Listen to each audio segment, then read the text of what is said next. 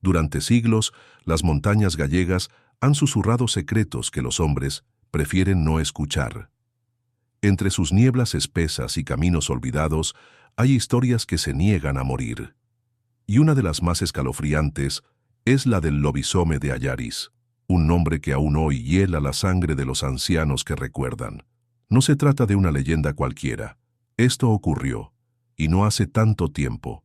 Allariz, un pequeño pueblo de Ourense, está rodeado de frondosos bosques, colinas cubiertas de musgo y aldeas casi deshabitadas. En el siglo XIX, la vida allí era dura, monótona y, sobre todo, silenciosa. Pero ese silencio se rompió durante una década por una serie de desapariciones que se convirtieron en el mayor misterio criminal de la historia gallega. Todo comenzó en 1850, con la desaparición de una niña llamada Rosalía Fernández, de apenas 7 años.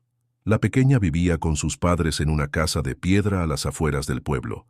Aquella tarde de otoño salió a buscar agua al pozo del camino. Nunca volvió. Lo que encontraron fue su cántaro tirado, con una pequeña grieta y unas huellas extrañas en el barro húmedo, demasiado grandes para ser humanas, demasiado simétricas para ser de un lobo. Durante semanas, los vecinos organizaron batidas, encendieron hogueras protectoras y encomendaron misas por el alma de la niña. Pero ningún rastro más apareció. Poco a poco, el miedo comenzó a enraizarse en Allariz. En los meses siguientes, más niños desaparecieron. Siempre de noche, siempre en los márgenes del bosque, y siempre dejando un detalle en común. Un rastro de sangre o un jirón de ropa, como si la criatura, o lo que fuera, quisiera dejar una señal de su presencia. La Guardia Civil, desconcertada, culpó a lobos hambrientos. Pero los ancianos del lugar tenían otro nombre para lo que estaba ocurriendo, o lobisome. El lobisome, decían, era un hombre condenado, una criatura maldita que, cada cierto tiempo, se transformaba en lobo para saciar su sed de sangre humana. No era solo una fiera, era alguien que caminaba entre ellos, alguien que fingía ser hombre, pero que en la oscuridad mostraba su verdadera forma. Y entonces apareció Manuel Blanco Romasanta. Era un hombre de mediana edad, delgado, de ojos claros y comportamiento afable. Se ganaba la vida vendiendo ungüentos, curando enfermedades menores y ayudando a las mujeres del pueblo con remedios caseros. Siempre decía que había aprendido el oficio en Castilla, pero nadie sabía realmente de dónde venía. Parecía inofensivo, educado, incluso simpático. Pero en Allariz pronto se descubriría que tras esa sonrisa se escondía algo monstruoso. Las desapariciones continuaron, y la tensión en el pueblo crecía como una cuerda a punto de romperse. Hasta que una noche, una mujer llamada Benita, vecina de la aldea de Rebordechao, se presentó en la iglesia local visiblemente alterada. Decía que había visto a Manuel en el bosque, cubierto de sangre, arrastrando un saco con algo que se movía dentro. Cuando él la vio, corrió. Pero no en dirección al pueblo. Se internó en lo más profundo del monte, como si no tuviera miedo de lo que pudiera acechar allí. La Guardia Civil organizó una búsqueda. Tardaron días en encontrarlo. Estaba escondido en una cueva, casi desnudo, con restos de carne humana en un costal y objetos personales de varias personas desaparecidas. Al interrogarlo, Manuel confesó, pero lo que dijo dejó a todos con la boca abierta. No soy un asesino. Soy víctima de una maldición. Me convierto en lobo. No lo controlo. No soy yo cuando ocurre. El juicio se convirtió en un espectáculo macabro que atrajo la atención de toda España. En el banquillo de los acusados no había un criminal cualquiera. Había un hombre que aseguraba ser un hombre lobo. La prensa de Madrid, Vigo y Santiago cubría el caso como si se tratara de una novela de terror. El tribunal, compuesto por jueces escépticos y abogados perplejos, no sabía cómo tratar semejante declaración. Durante el juicio, Manuel relató con detalle cada transformación. Decía que todo comenzaba con un dolor en el pecho, una especie de presión en los pulmones, seguida de un zumbido en los oídos y un ardor insoportable en la piel. Entonces, sus manos se deformaban, su columna crujía, y su rostro se alargaba hasta que ya no quedaba rastro humano. Su voz, pausada y fría, parecía la de alguien que no mentía, o de alguien que había empezado a creer su propia locura. Pero lo más inquietante fue lo que contó después. Dijo que no estaba solo, que en los montes de Galicia había más como él. Hombres marcados por la misma maldición. Hombres que se reunían en lo más profundo de la noche para cazar, que había visto a uno de ellos con ojos rojos como brasas, y que cuando cazaban juntos, lo hacían en círculo, como una manada. Las autoridades se debatían entre el horror y el ridículo. Por un lado, los cadáveres encontrados no dejaban lugar a dudas. Manuel era responsable de al menos 9 asesinatos. Pero por otro, su relato era tan detallado, tan profundamente sincero, que más de uno en la sala comenzó a preguntarse si realmente era posible. Un detalle que desconcertó a todos fue un diario que encontraron en su morral. En él, Manuel había escrito con letra cuidadosa cada uno de sus viajes, los nombres de sus víctimas y los días de luna llena. Había una relación perfecta entre las fechas de los crímenes y las fases lunares.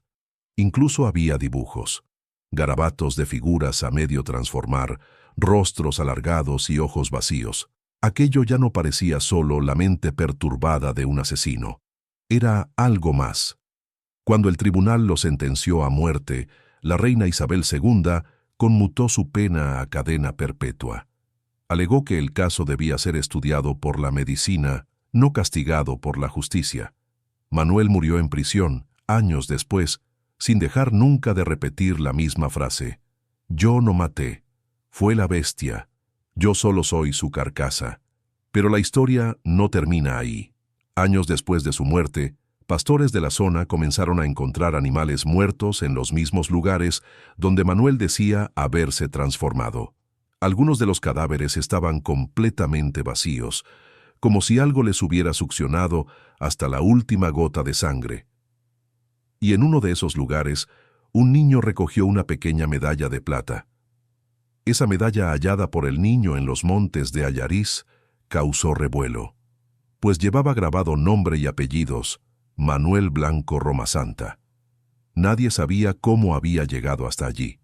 Algunos decían que era una simple coincidencia, que alguien la había tirado por morbo, como parte de alguna superstición moderna, pero los más ancianos murmuraban algo diferente. El lobisome sigue caminando entre nosotros. A partir de entonces, los relatos comenzaron a multiplicarse. No solo entre pastores, sino también entre excursionistas, guardas forestales y viajeros solitarios que aseguraban haber visto algo en los bosques gallegos. No un lobo común, algo más alto, más delgado, y con ojos humanos, un brillo antinatural, como si detrás de ellos hubiera conciencia. Algunos hablaban de gruñidos cercanos que no correspondían a ninguna especie conocida, o de una figura que los observaba desde las sombras y desaparecía sin dejar rastro, dejando un fuerte olor a hierro y tierra húmeda.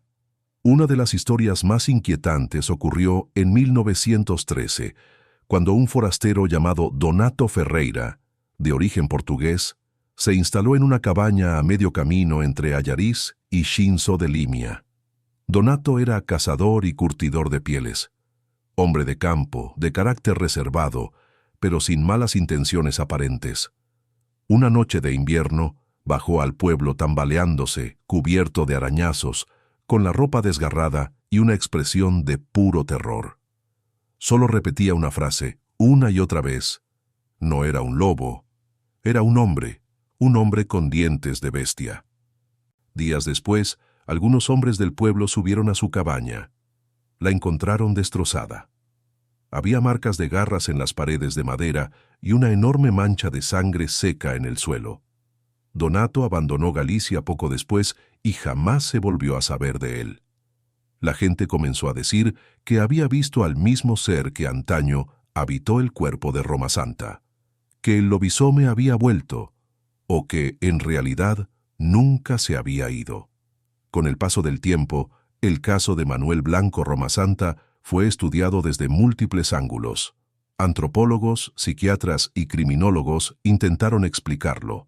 Algunos dijeron que sufría de licantropía clínica, un trastorno mental que hace que la persona crea firmemente que se transforma en animal.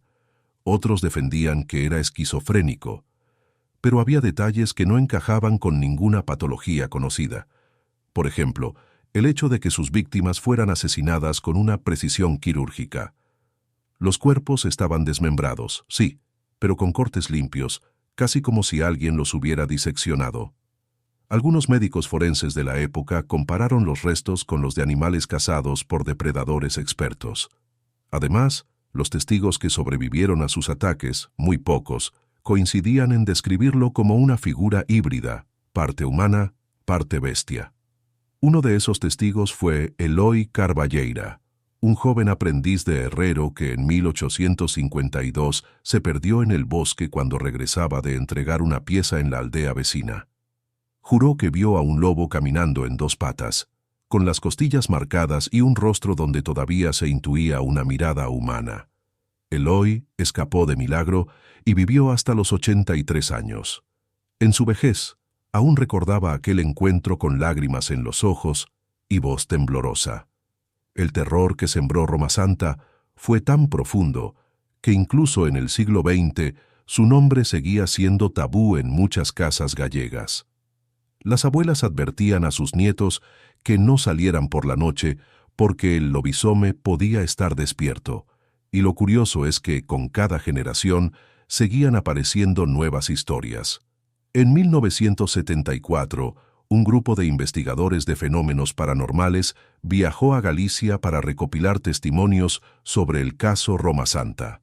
Uno de ellos, Santiago Beltrán, grabó una entrevista a una mujer llamada Casilda Meijide, de 92 años, que decía haber conocido de niña a una prima lejana del propio Manuel.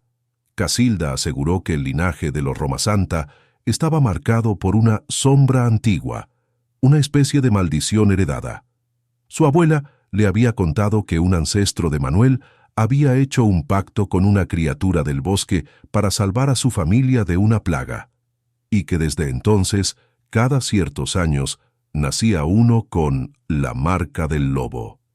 Cuando Santiago revisó la cinta días después, descubrió que durante la grabación se habían producido distorsiones en el audio.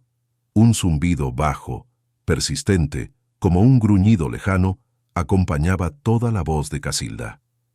El equipo lo intentó limpiar sin éxito. Nadie pudo explicar la interferencia. Años más tarde, uno de los nietos de Santiago Beltrán viajó a Allariz para seguir investigando por cuenta propia.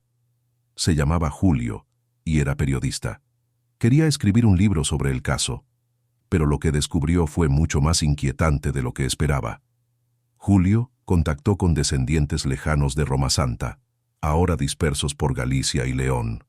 Algunos lo recibieron con frialdad, otros le cerraron la puerta.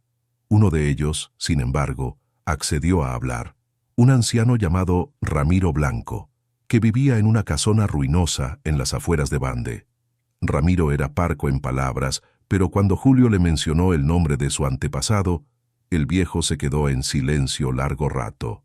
Luego, sin mirarlo, dijo: «No era el único, no lo entiendes. Él era solo uno de los que cargaban con el peso. Era un canal, y aún hay quienes esperan su regreso». Julio intentó obtener más detalles, pero Ramiro se negó a seguir hablando. Aquella noche, mientras dormía en la posada del pueblo, escuchó algo fuera de su ventana. Pasos. No de humano, pero tampoco de animal. Cuando miró, no vio nada, pero el cristal estaba empañado por dentro, como si alguien o algo hubiera respirado frente a él. A la mañana siguiente, se fue sin despedirse. Ese fue el inicio de una serie de eventos extraños. Documentos perdidos, llamadas anónimas, incluso amenazas veladas de personas que le decían que dejara de hurgar donde no debía. Julio no se detuvo, y cuanto más profundizaba, más se convencía de que Romasanta no actuó solo, que su historia había sido recortada, simplificada, tal vez para evitar que se conociera la verdad, que existía una red oculta, una hermandad antigua, formada por hombres que se convertían en bestias. Y no eran solo gallegos. Julio descubrió referencias similares en archivos antiguos del norte de Portugal, en pueblos olvidados del Bierzo e incluso en registros ocultos de monasterios asturianos. Todos hablaban de los hijos del lobo, hombres nacidos con el alma dividida que vivían entre nosotros sin que lo supiéramos, hasta que llegaba la luna adecuada.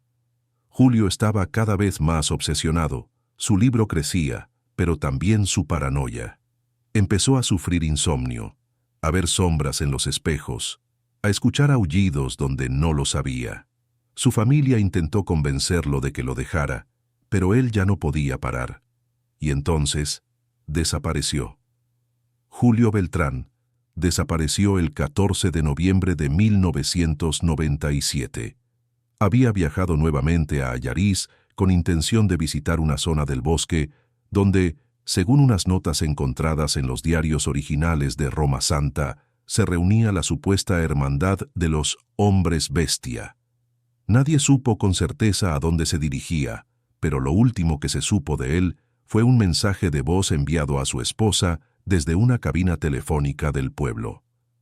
En la grabación, su voz suena alterada, como si estuviera al borde de un colapso.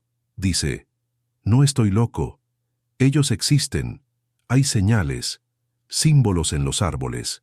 Los escucho por la noche, aullidos, pero no son de lobos. Dile a mamá que siempre tuve razón. No me sigas buscando. Si no regreso, quema mis papeles. Quémalos todos». Nunca más se supo de él. Su coche apareció abandonado a las afueras de Allariz, cubierto por una fina capa de barro y con el parabrisas astillado desde dentro. Las autoridades peinaron la zona durante semanas. No encontraron ni su cuerpo ni su mochila, solo su grabadora, dañada por la humedad, con la cinta completamente borrada.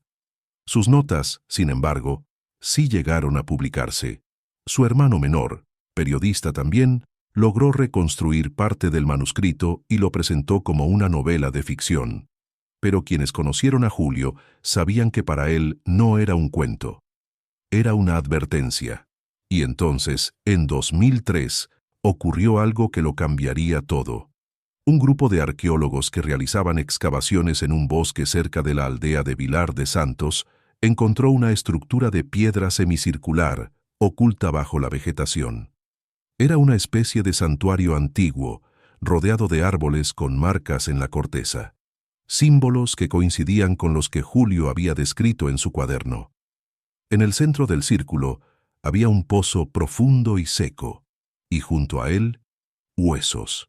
No de animales, sino humanos, algunos recientes.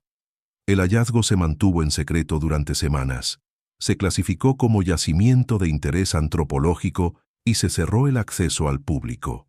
Pero uno de los miembros del equipo, un joven gallego llamado Óscar Lema, filtró fotos y grabaciones. En uno de los vídeos se puede ver el interior del pozo, marcas de garras en las paredes, restos de tela humana desgarrada y una inscripción grabada en gallego antiguo que decía: «La sangre llama a la sangre, la bestia nunca muere». Poco después de esa filtración, Óscar desapareció. Lo último que escribió en su blog fue una entrada breve, publicada de madrugada. «He visto sus ojos. No era un mito». Ese mensaje fue borrado al día siguiente. Su cuenta fue desactivada. Su familia se negó a hablar con la prensa. Lo único que quedó fue su silueta borrosa en una grabación de una cámara de seguridad caminando hacia el bosque la noche en que desapareció. La teoría de Julio Beltrán cobró fuerza entre ciertos círculos conspirativos y ocultistas, que Roma Santa no fue un caso aislado, sino el rostro visible de algo mucho más antiguo, que Galicia, con su red de caminos romanos, aldeas abandonadas y bosques cargados de leyendas, era el corazón de un culto secreto, un culto que adoraba a la bestia interior, que no solo aceptaba la transformación, sino que la veneraba como una forma superior de existencia. Según Julio, los lobisomes no eran el resultado de una maldición individual, sino de un legado. Una mezcla de linaje, entorno y voluntad. Algunos nacían con la predisposición, Otros eran iniciados, y había rituales, ritos secretos en noches de luna nueva donde la humanidad se dejaba atrás, donde se cruzaban los límites de la carne y el alma.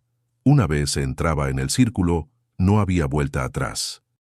Desde entonces, múltiples incidentes sin resolver en Galicia han sido atribuidos, en voz baja, a este legado maldito. Ataques a ganado en lugares donde no hay presencia de lobos, avistamientos de figuras humanoides desplazándose a gran velocidad por senderos forestales, sonidos de aullidos en días sin luna, y sobre todo, una serie de desapariciones en las que siempre aparece algún detalle siniestro, una marca en la piel de un testigo, símbolos grabados en piedra, o huellas demasiado grandes, demasiado perfectas. Pero lo más inquietante ocurrió en 2020, durante el confinamiento por la pandemia. Al estar los pueblos vacíos y las montañas silenciosas, varios drones utilizados para vigilancia rural captaron imágenes extrañas, figuras en medio de los claros, caminando en círculos, rostros cubiertos con máscaras de animales, ropajes antiguos, ritos. Las autoridades desestimaron los vídeos como bromas o recreaciones folclóricas, pero algunos expertos en antropología reconocieron los gestos y símbolos como rituales de transformación arcaicos vinculados con cultos precristianos. La pregunta es, ¿podría esa hermandad seguir activa hoy? ¿Y si el lobisome nunca fue solo un monstruo individual, sino un rostro entre muchos? Allariz, hoy, es un pueblo turístico, lleno de encanto y piedra antigua. Sus calles empedradas, sus iglesias románicas, sus ferias de artesanía. Todo parece pintoresco, tranquilo. Pero si uno se detiene lo suficiente en sus bares, si gana la confianza de los más viejos del lugar, descubrirá que el miedo nunca se fue del todo. Que aún hay casas donde se deja una vela encendida frente al espejo. Que aún hay caminos que nadie transita después del atardecer, y que el nombre de Manuel Blanco Romasanta se sigue diciendo en voz baja, no por respeto, sino por precaución. Detrás de cada uno de esos relatos hay una verdad más inquietante. Nadie ha podido demostrar que todo fue una invención. Ni los huesos encontrados, ni los testimonios de los testigos, ni las marcas grabadas en las rocas han podido ser explicadas por completo, porque el terror más antiguo no es el de los monstruos que vienen de fuera, es el del monstruo que puede estar ya dentro de nosotros, esperando la noche correcta, esperando que lo llamen por su nombre. Y si alguna vez vas a Allariz y decides adentrarte en sus bosques, recuerda una cosa: si escuchas aullidos lejanos, no corras, no grites y sobre todo no respondas, porque el lobisome no mata porque tenga hambre, mata para recordar que la bestia sigue viva y que no ha olvidado los nombres de quienes la negaron.